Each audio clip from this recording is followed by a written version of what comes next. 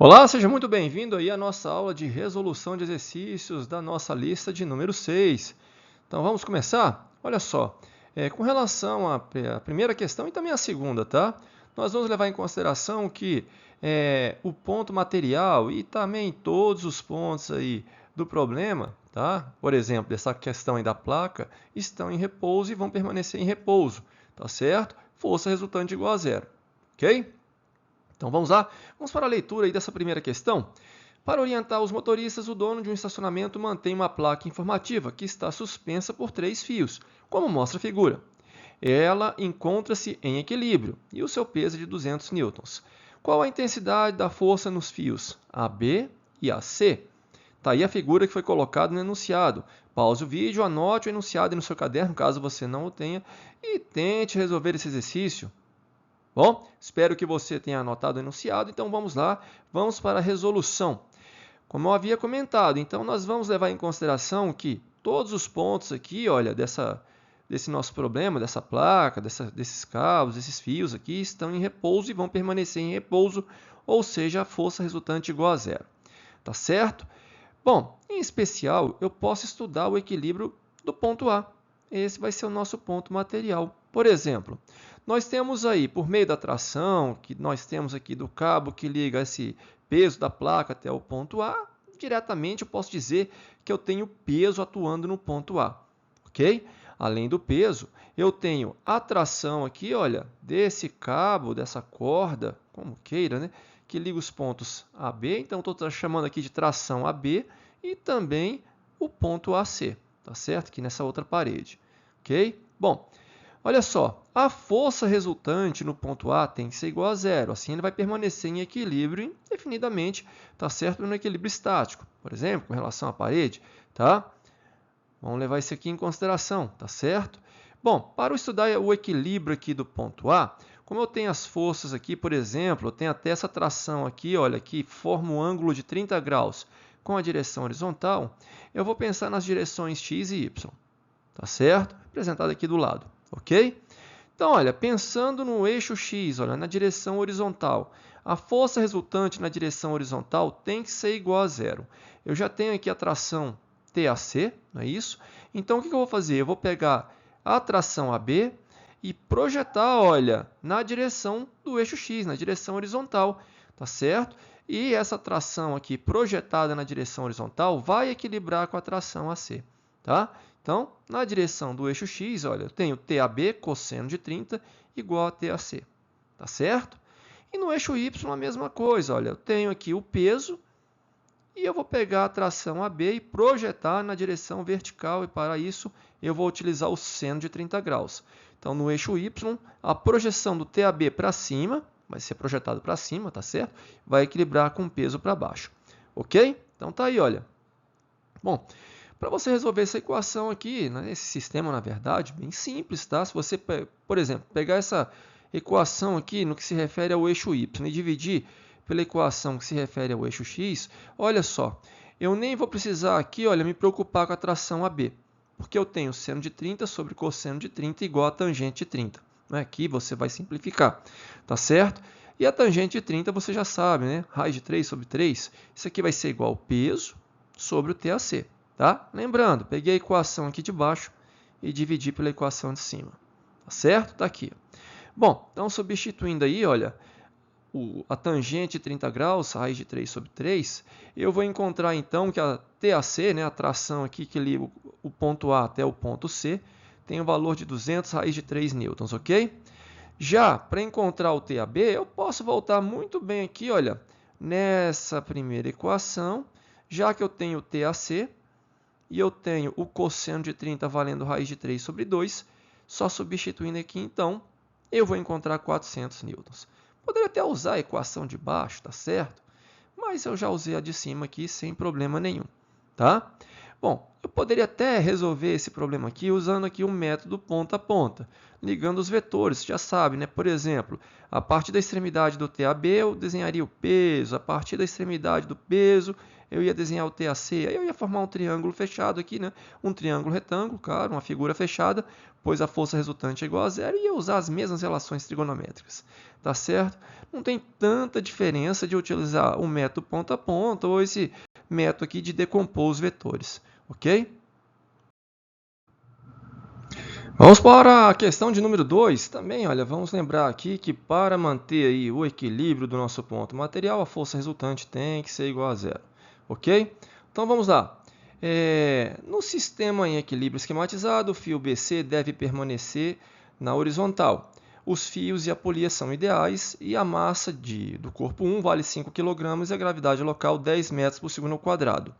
Ele quer, na letra A, a tração que liga aí os pontos BC, a tração que liga os pontos AB e também o peso do bloco 2. Está aí a figura que foi colocada no enunciado.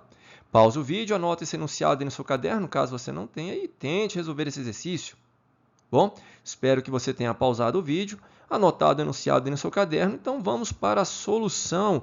Uma coisa que você tem que ficar bem atento, olha, deve permanecer na horizontal o fio BC, tá? Então, ele vai ser perpendicular ao cabo, né, que liga o corpo 2 ao ponto B.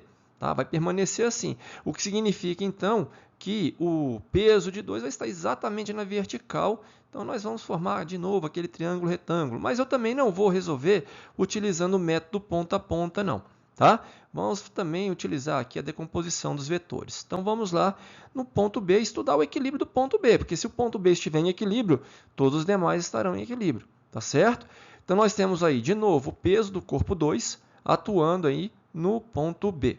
Além do peso, eu tenho aí a tração que liga os pontos BC, que vai ser exatamente o peso do bloco 1. Tá? Você deve estar lembrado que a tração aqui, olha, ela está sendo comunicada por meio da roldana aqui, olha, para equilibrar o bloco 1. Tá certo? E se vai equilibrar o bloco 1, então a tração BC tem que ser igual ao P1, ao peso do bloco 1. Tá certo? E por fim, olha, a tração que liga os pontos BA. Tá? É bem semelhante ao primeiro exercício que nós fizemos, só que a diferença é que, olha o triângulo aqui, olha. Aliás, o ângulo que eu vou utilizar vai ser esse daqui, embora também seja 30 graus, mas ele está aqui, olha, na vertical com a direção aqui, olha, do cabo do fio AB, né? O BA, como queira, tá certo? Mas a resolução vai ser a mesma, tá? A gente vai estudar de novo aqui a força resultante no ponto B igual a zero, tem que ficar em equilíbrio. Também vamos estudar aqui as direções x e y, tá certo? E aí, olha, na direção do eixo x, o que eu vou ter? Eu tenho o TBC, tá certo? Que aí o próprio P1, tá? De quebra, então já encontrei a letra A. Já sei que o TBC vai ser igual a 50 newtons, né? 5 vezes 10, não é verdade? Então já tem essa resposta da letra A. Mas vamos lá, vamos continuar aqui. Então eu vou pegar agora a projeção do TBA na direção do eixo x. Mas como eu estou pegando aqui o ângulo que é oposto ao cateto, eu vou ter que usar o seno. Tá? Então, TBA seno de 30 vai ser igual ao TBC. Tá certo? 50 newtons. Tá? Agora, eixo y. De novo aqui, olha, projetando o TBA na vertical, né? Tá certo? Como vai ser o cateto adjacente, então eu vou usar o cosseno de 30. Então, tá aí, olha, vai equilibrar com o peso do bloco 2. Então, de quebra, eu já encontrei aqui o TBA e o TBC, né? 50 newtons, né? Vamos lá? TBA, seno de 30, né? Então, TBA vezes 1/2 vai ser igual a 50. Então, TBA, 100 newtons. Ok? Pronto, bem simples, né? Agora que eu tenho o TBA, eu posso voltar na equação aqui, olha, do eixo Y e encontrar o peso 2, olha, o peso do bloco 2. Então, o TBA valendo 100, cosseno de 30 raiz de 3 sobre 2 vai ser o peso do bloco 2, ou seja, 50 raiz de 3 newtons. Tá certo? Então, são aí as respostas que ele solicitou, né? A letra A, repetindo, TBC é o próprio P1, 50 newtons. Letra B, o fio AB, a tração do cabo AB, ou BA, como queira, né? 100 newtons. E o peso do bloco 2, 50 raiz de 3 newtons. Ok? Também, olha, uma questão bem simples, só que você tem que ficar atento ao que está sendo colocado no enunciado, tá? para você aí depois não se equivocar. Bom, para o estudo de um corpo extenso, nós já temos que levar em consideração uma outra grandeza física, que é chamada aí de momento da força, ou muitas vezes chamado de torque, né, que é uma grandeza vetorial, mas a gente não vai ficar preocupado aqui com a direção e o sentido, nós vamos usar a convenção aí das forças que provocam giro no sentido horário, aliás, né, no sentido anti-horário positivo e no sentido horário negativo, ok? Então, para essa terceira questão aí, nós vamos calcular aí o torque, né, o momento oferecido por cada força com relação ao ponto O. O ponto O está bem aqui, tá? Bem no centro aqui da porca, né? Temos essa chave aqui de boca, tá certo? Para fazer aqui, olha, a rotação dessa porca. Então, nós vamos provocar o torque, né, para fazer a rotação, tá certo? Então, nós temos aqui 4 forças. Vamos calcular então, o torque, né, ou o momento dessas 4 forças. Tá, mas o que é o momento de uma força, né? Como é que eu encontro? Olha, então repetindo aqui, né, o sentido aqui anti-horário positivo. O torque, o momento de uma força, é definido como sendo Fd seno de θ, ok? Bom, muitas vezes o ângulo entre a direção da força e o braço de alavanca vale 90 graus. Portanto, isso aqui se resume a F vezes D. E aqui vai ser o caso. Repare que a força F1, por exemplo, ela acaba sendo perpendicular ao braço de alavanca. Na verdade, o F1 está sendo aplicado exatamente na posição. A distância dele é zero, então o momento dele já é nulo. Tá? Não vou nem me preocupar com o momento dessa força F1, a distância é zero. Já a força F2, repare que a distância aqui, olha, é de 10 centímetros e ela é perpendicular ao braço de alavanca. Então, basta pegar F vezes a distância. Na verdade, o que a gente precisa é sempre a força perpendicular ao braço de alavanca. Tá? Ou o braço de alavanca perpendicular à força. Tanto faz. No final das contas, tudo que a gente quer é isso daqui. Tá? Então, a gente vai determinando aqui por meio do seno. Tá certo? No caso aqui, 90 graus com todas as forças, com exceção somente de uma. A gente vai chegar lá. Então, vamos calcular o momento da força F2. Mas antes, com relação ao ponto O, qual é o sentido de giro nessa chave de boca que a força F2 provoca? Sentido horário ou sentido anti-horário? Sentido horário, né? Para baixo aqui, olha, sentido horário. Tá certo? Então, ó, negativo para ela, tá? Então, vai ficar menos a força que vale 6, vezes a distância até o ponto O aqui, olha. Tá certo? 10 centímetros, claro. Vamos colocar aqui em metros, tá? Então, 0,1 metros. Então, eu vou ter aqui menos 0,6 newtons metro. Tá certo? Esse é o momento, ou o torque, né, gerado pela força F2. E a força F3? Então, vamos lá. A força F3, você vai calcular aqui F3, que vale 9. A distância, 20 centímetros, 0,2. Porém, olha o ângulo que essa força aqui está formando com a direção aqui, olha, do braço de alavanca. 180 graus, olha. 180 graus. Tá certo? Seno de 180, zero. Se o seno de 180 é zero, então o momento, o torque oferecido pela força F3 é igual a zero. Até porque, convenhamos, né? Qual o sentido de giro dessa força F3? Anti-horário ou horário? Nenhum, né?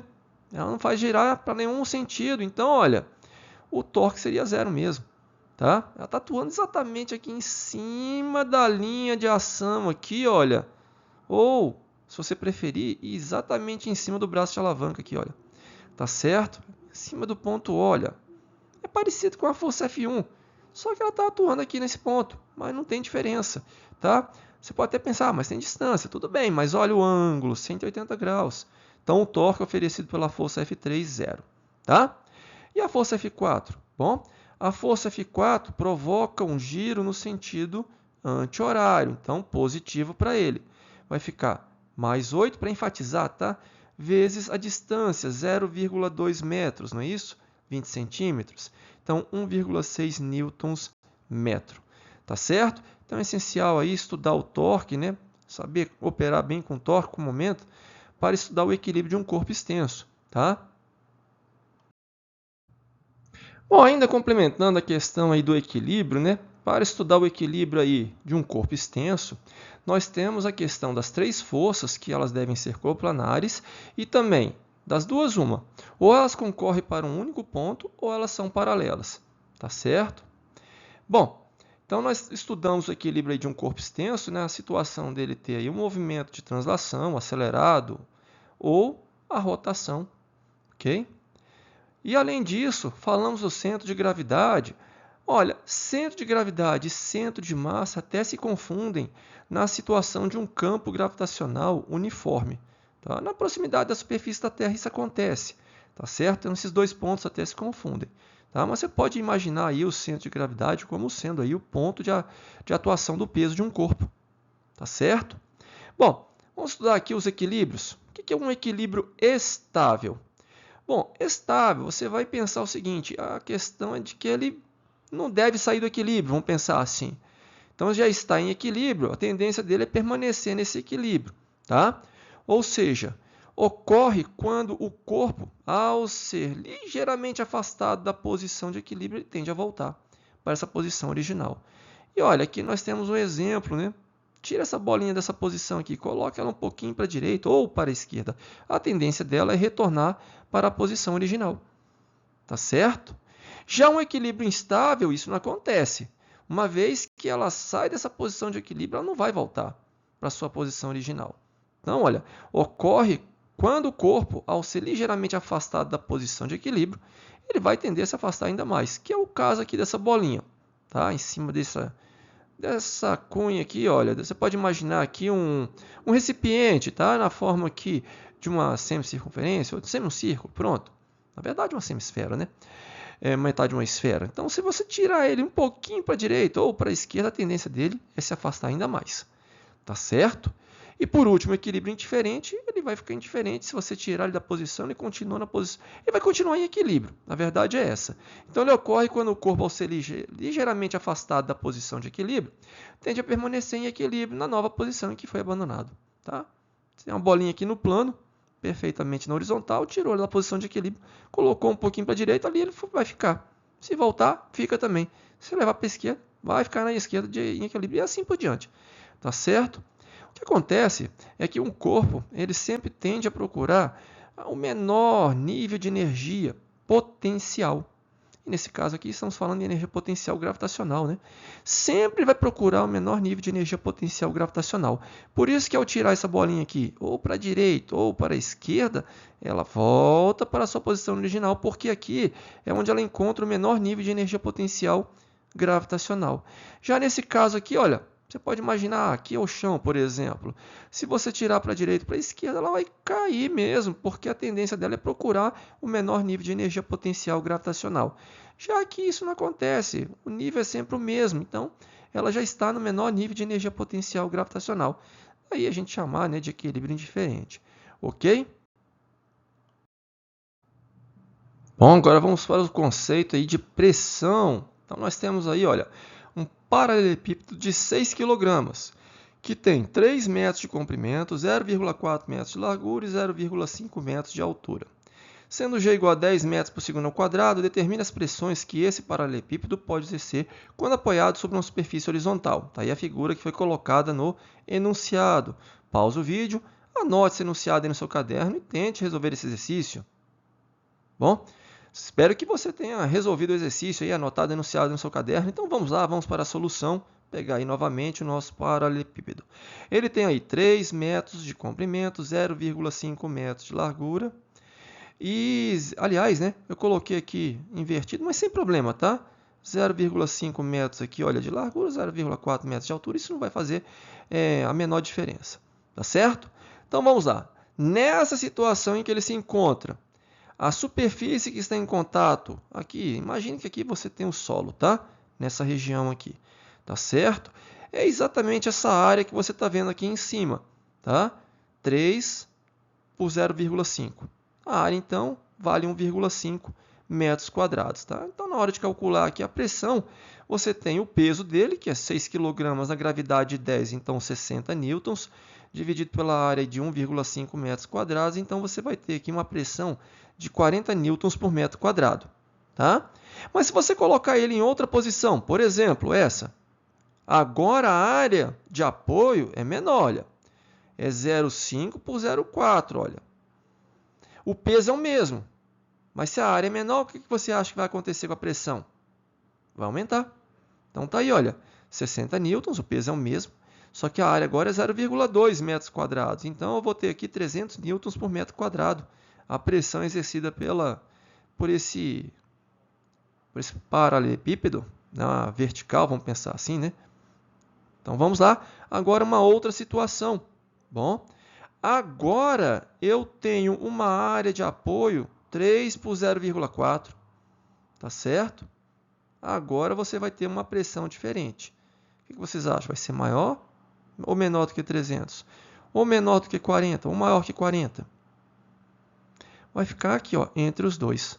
Porque a área vai ser um pouquinho menor que 1,5, tá? E bem menor, né, que 0, perdão, né, e maior que 0,2. Tá certo? Bem maior que 0,2 e menor que 1,5. Na verdade, se você pegar aqui a área, vai ser 1,2. É essa areazinha aqui que você está enxergando aqui por cima, é a mesma aqui embaixo. Tá certo? Então, você vai ter 60 dividido por 1,2, 50 newtons por metro quadrado. Então, tá aí a pressão exercida pelo paralelepípedo nas três situações. Tá? Então, você tem aqui a menor, 40, a intermediária, 50 e a maior, 300. Tá certo?